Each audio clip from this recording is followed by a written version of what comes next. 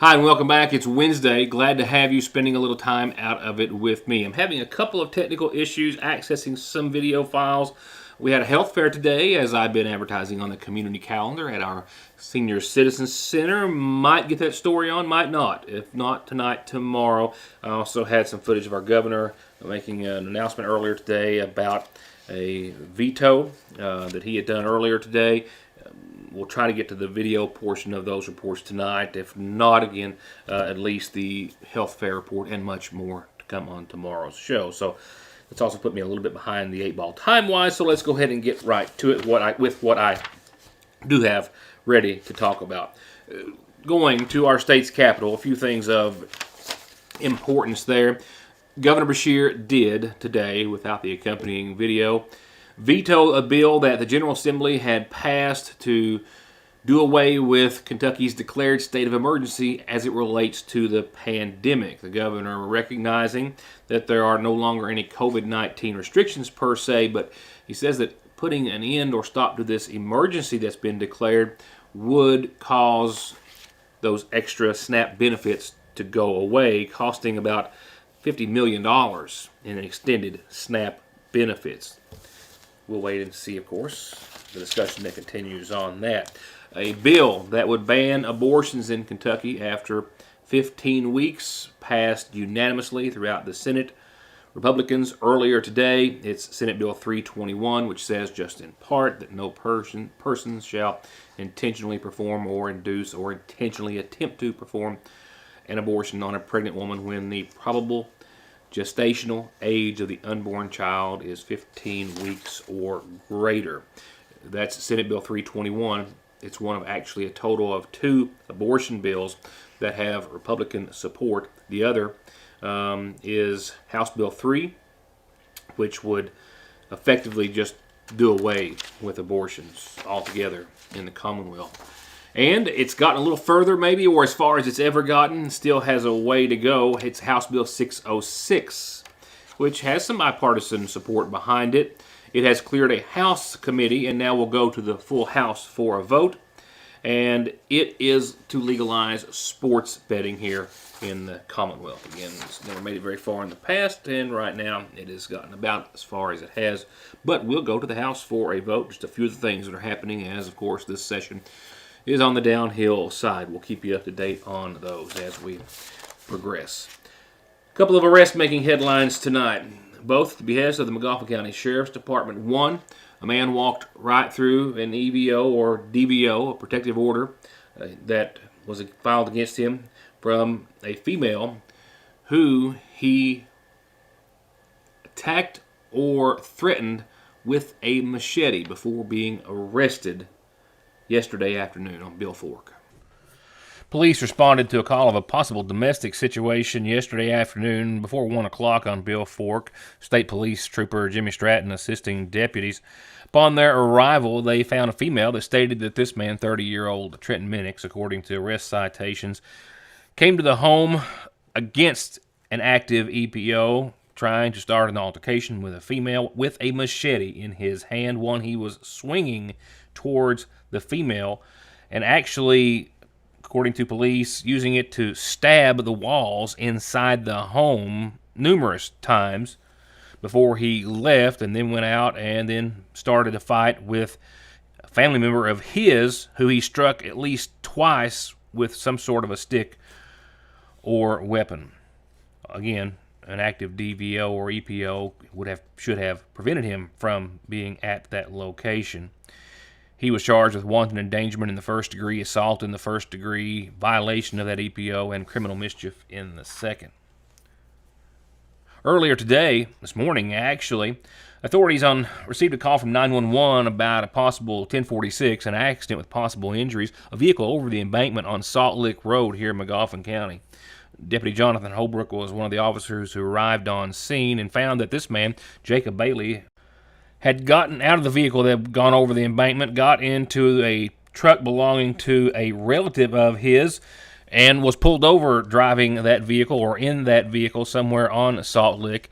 The officer then took him back to the scene of the accident, and according to arrest citations, Bailey admitted that he had been in the vehicle earlier when it went over the embankment, that he had actually gone to the dollar store to get more beer after drinking beer throughout the night and was driving on the way back home, and that's when the accident happened.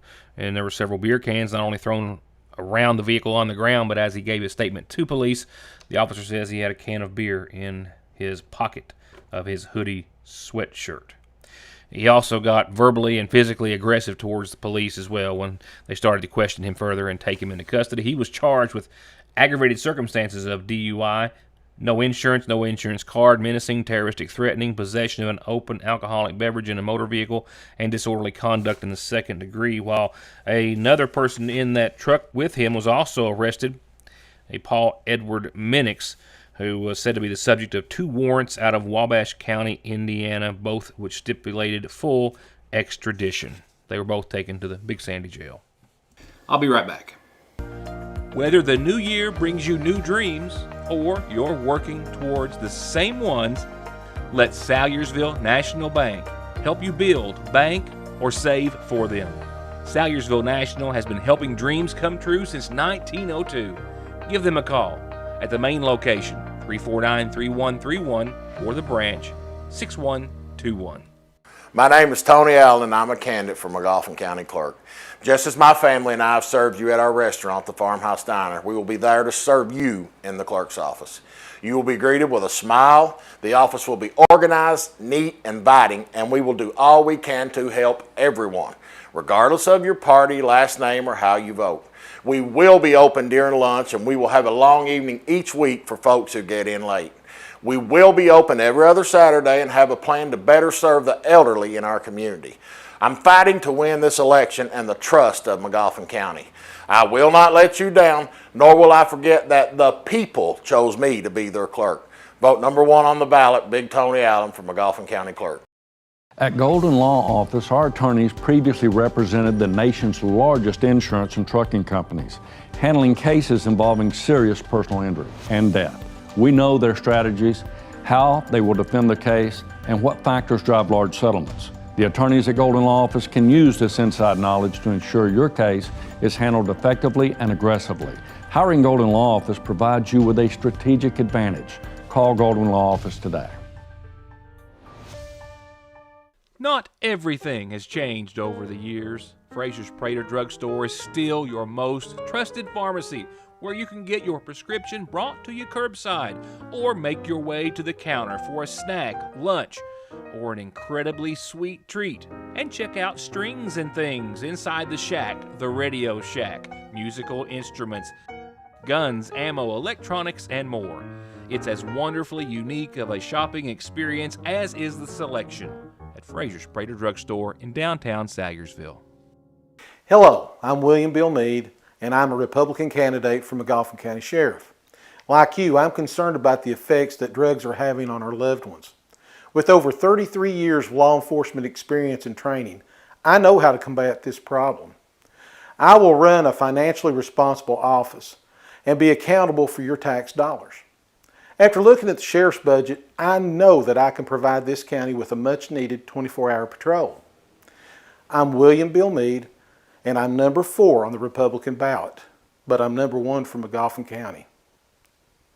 Now available at Independent Signs and Graphics, custom laser cut Kentucky bourbon barrel heads in unused, fresh, white oak, or from authentic Kentucky bourbon barrels with that used patina and slight aroma of Kentucky bourbon. And we do custom leather patched hats and wall hangings. Need a business logo? We can do that too. And we do banners, plastic, aluminum, decorative, hanging signs, vehicle graphics, and wraps. And we will meet or beat any area price on any campaign sign and material. 4x8s, yard signs, bumper stickers, flyers, whatever you need. And the quality of our workmanship, materials, and artwork are always top shelf at Independent Signs and Graphics here at the Salyersville Independent, 349-2915. McGoffin County Fiscal Court met in regular session last night. I'm just going to pull a couple of segments from that meeting tonight for coverage, and we'll wrap it up later on in the week. But Tonight we'll talk about how the county is still making progress on major park improvements, including, of course, the largest park in McGoffin, Ramey Park, where it looks like there's at least a possibility of getting new lights installed on all of the ball fields in the park and not just two.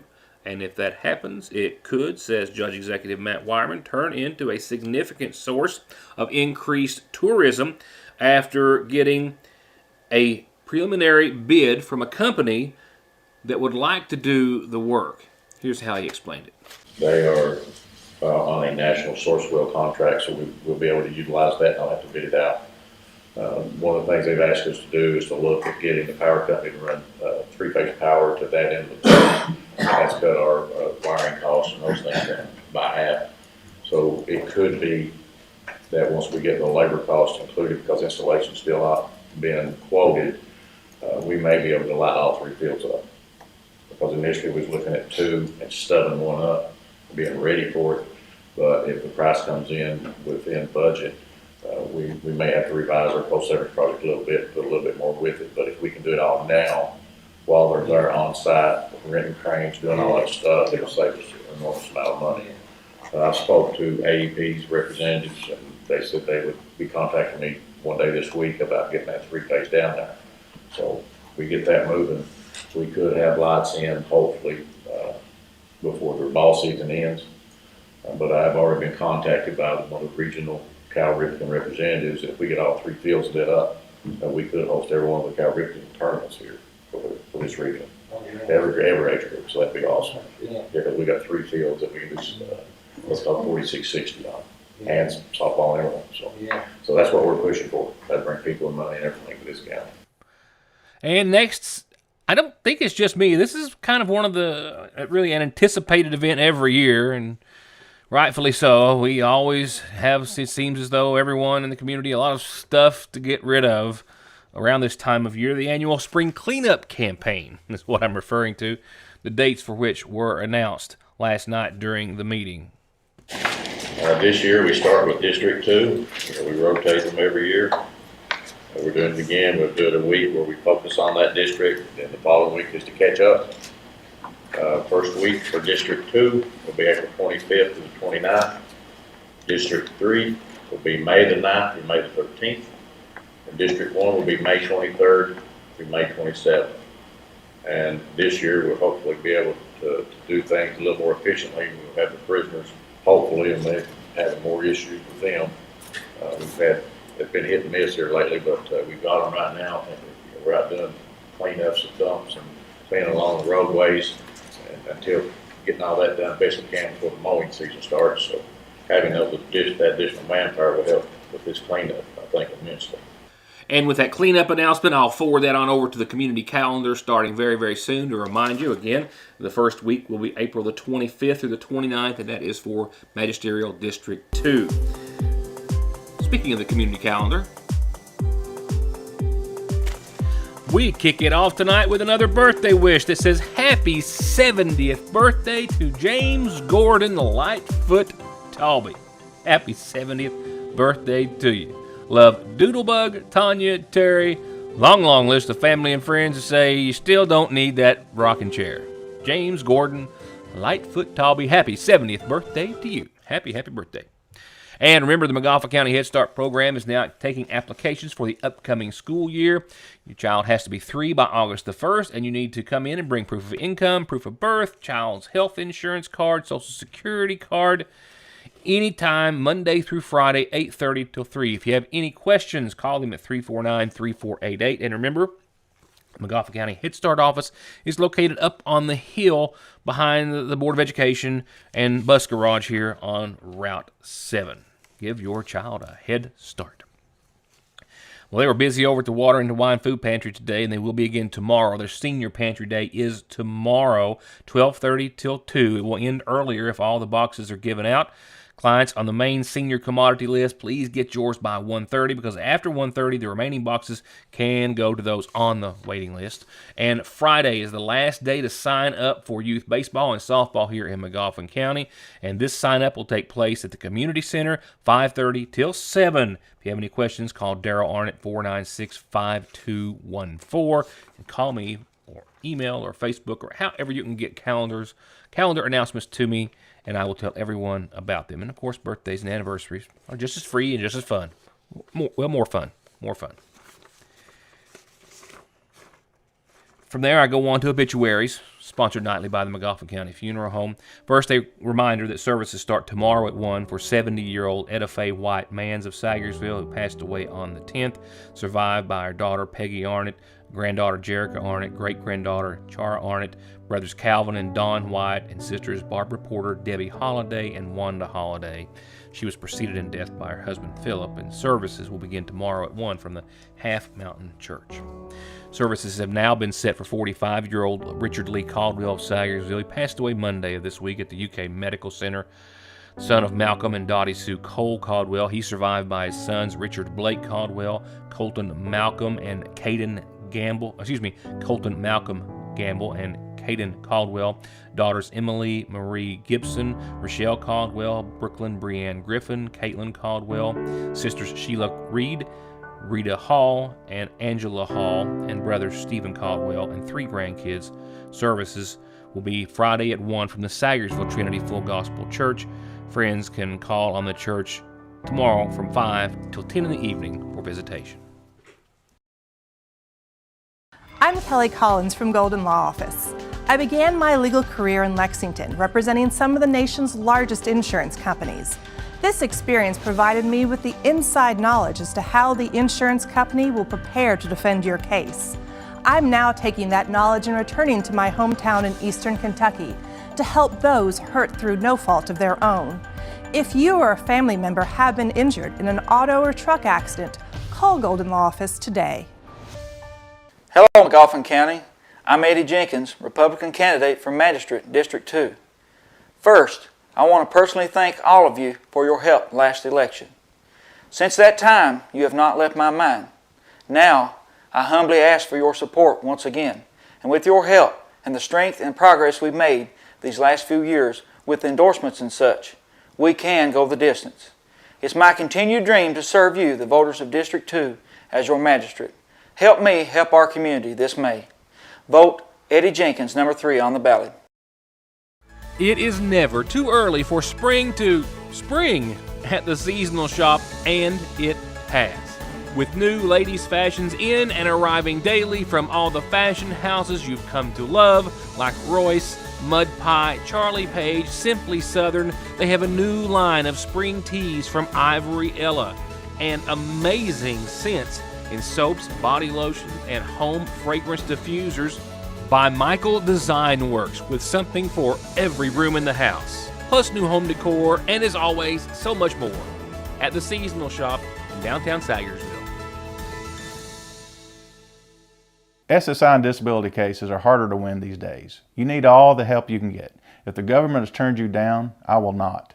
Many factors are considered when a claim is being processed, like your age, education, physical, and mental disabling conditions. When it comes time to winning your disability case, you should not face a federal judge alone. You need an attorney who is experienced, determined, hardworking, knowledgeable, and dedicated to helping you win benefits that you deserve. If you need help with your SSI or disability case, call me, Donald Wayne McFarland, and let me go to work for you. Parkway Pharmacy, as always, promises the quickest service with the very best care and prices, and to always have someone there to talk to when you have a question. With 3 pharmacists, curbside, drive-through, and call-ahead service. Parkway Pharmacy in Sagersville, 349-4400. Where you can always talk to a pharmacist when you need one.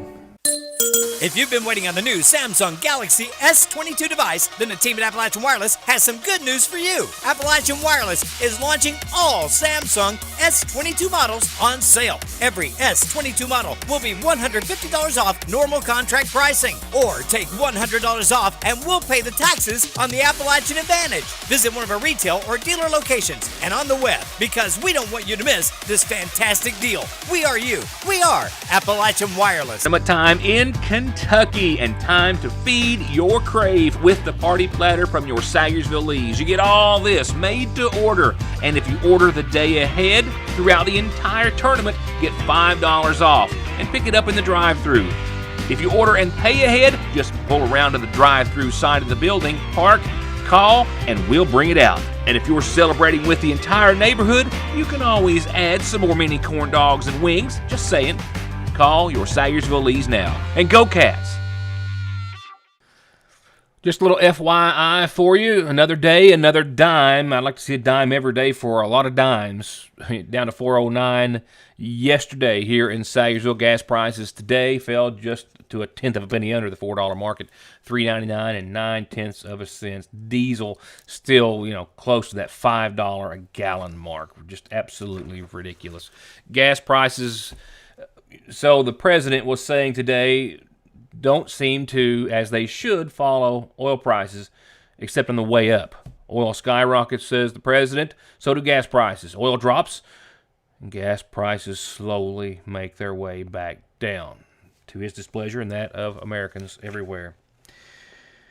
The national average for gas today was $4.31 a gallon, down a penny from yesterday, down 2 pennies from Monday. Well, right now, it's being printed as we speak at the Winchester Sun facility. As I told you last week, the Sayersville Independent, as well as the Big Sandy News, we have taken them to another establishment, and we hope you noticed instantly and significantly the difference in the print, the font, the sharpness, and everything else. A bit of a size change as well that I'm really liking, and it's going to just keep getting better from here.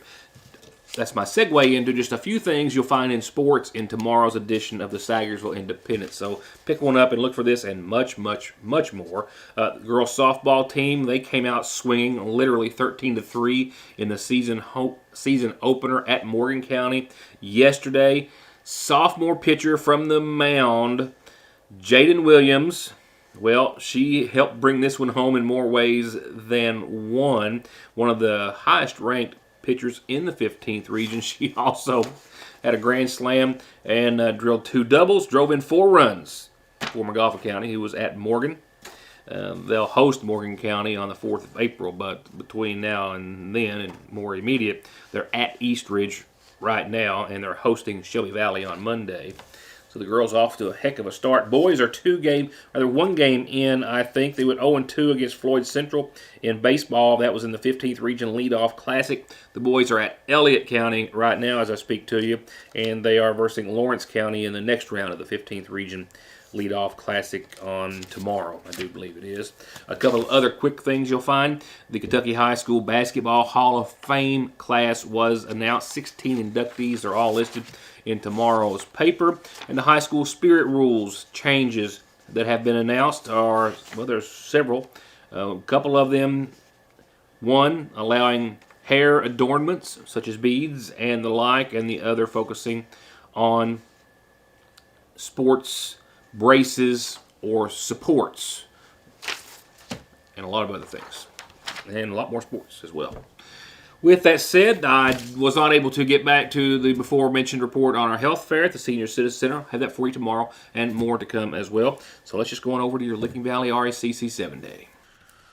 Now, weather-wise, a couple of systems give us a couple of chances of some showers between now and the weekend, and the first start of it. It's not a bad forecast. It's just not, absolutely stunningly picture-perfect beautiful, but there's no snow.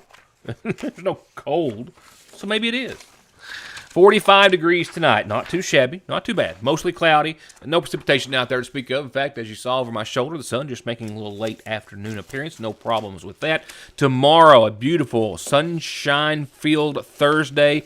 pushing close to 70 at 68 degrees for your Thursday. A little patchy fog in the morning, but otherwise partly sunny. Winds will be very mild, if at all, and 68 degrees. We'll be in the mid-40s again tomorrow night under partly cloudy skies, and we'll hit the upper 60s for Friday again with partly sunny skies after, again, some AM fog. However, remember the two systems I was talking about? Well, one of those will feel the effects from on Friday afternoon or 1. We'll see about a 50% chance of showers and then a 70% chance of showers and storms later on Friday night. Temperatures 69 and a pretty comfortable 52 with a lot of warm air hanging on throughout your Friday. We don't go very far, though, from that 52 on your Saturday, as that we'll see only about 7 degrees on top of it. So partly sunny for your Friday, about midday, shower chances and then storm chances.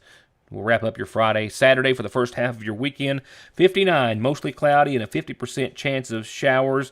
Shower chances will wane down to about 20 by 9 o'clock or so Saturday night, and we'll drop out to about 40 degrees for nighttime lows. And that's, of course, wrapping up the first half of your weekend. Now going on to the second half and the rest of your 7-day Sunday, holding on to 59. 38, mostly sunny and dry. So at least a dry second half to the best 2 days of the week. Monday, we rebound again, 67, sunny, only a slight chance of some showers late, but that's just a prelude of more rain to come. We'll still be in the 60s, low Tuesday, high Wednesday, but with that, more chances of rain and clouds than not. 70% across the board Tuesday and into your Wednesday. So like I said, not all bad. And, it will be spring by the end of your 7-day as well, as it rolls around just a couple of days. That's going to wrap it up for tonight. A lot more to come before I leave you for the week, which is now over halfway over in just the matter of a flash. It's crazy. Regardless, enjoy the rest of your evening, and I'll see you back here tomorrow night. Thanks as always for watching.